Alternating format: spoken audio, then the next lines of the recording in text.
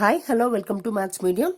Today I came with another topic, that is keeping things in proportion and getting solutions from Comparing Quantities 7th class NCERT. Here is the topic about the keeping things in proportion and getting solutions.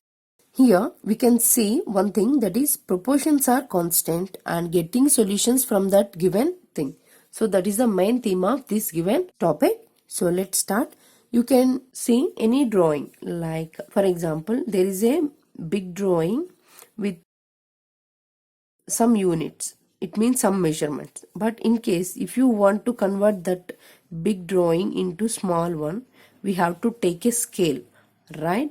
It may be like 2:5 ratio. Like if you take another example like bar graphs, etc., if you want to place any bar with respect to the here, so we have to take this small box into scale. Like we are taking 1 unit is equal to 10 people or 10 centimeter, like that. So if you want anything, that is any unit solution, we have to take some proportions, right? So from that proportions we are making some proportions are constant, and by using remaining proportions we have to get the solution. That is the one. So I hope you will better understand with this example problem. So let's see the example problem here. The car that I own can go 150 kilometers with 25 liters of petrol. How far can it go with 30 liters of petrol? Here a car can go 150 kilometers with 25 liters of petrol.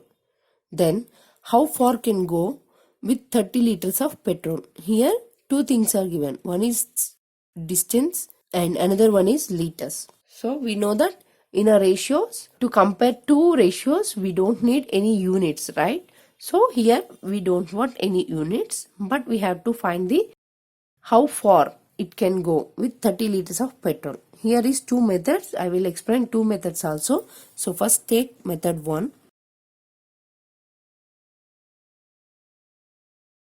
Given car can go 150 kilometers with 25 liters of petrol. Then how far can go with 30 liters of petrol? How far it can go? We have to find, right? So now here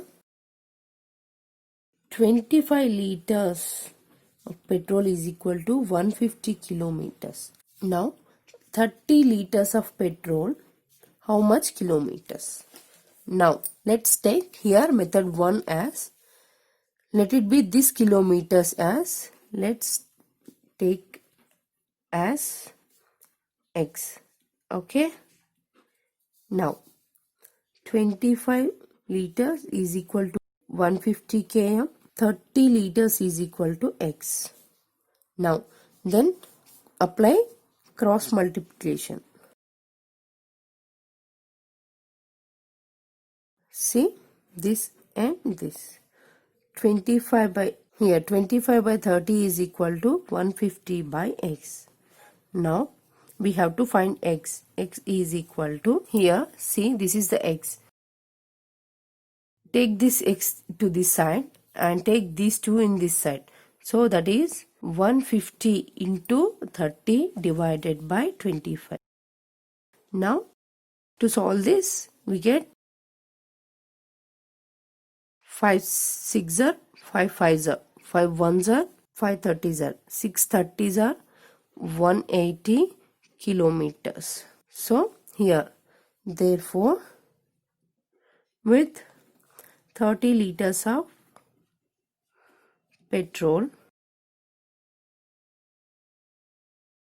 car can go 180 kilometers. This is the one method.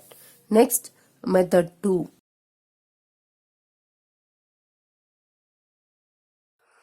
So method 2 is 25 liters is equal to 150 kilometers.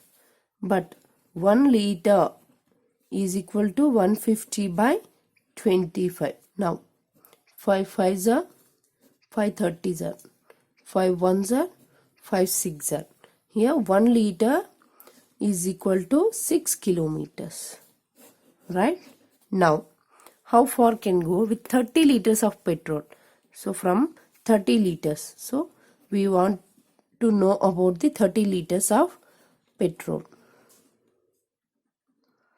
Therefore, 1 into 30, that is equal to 6 into 30.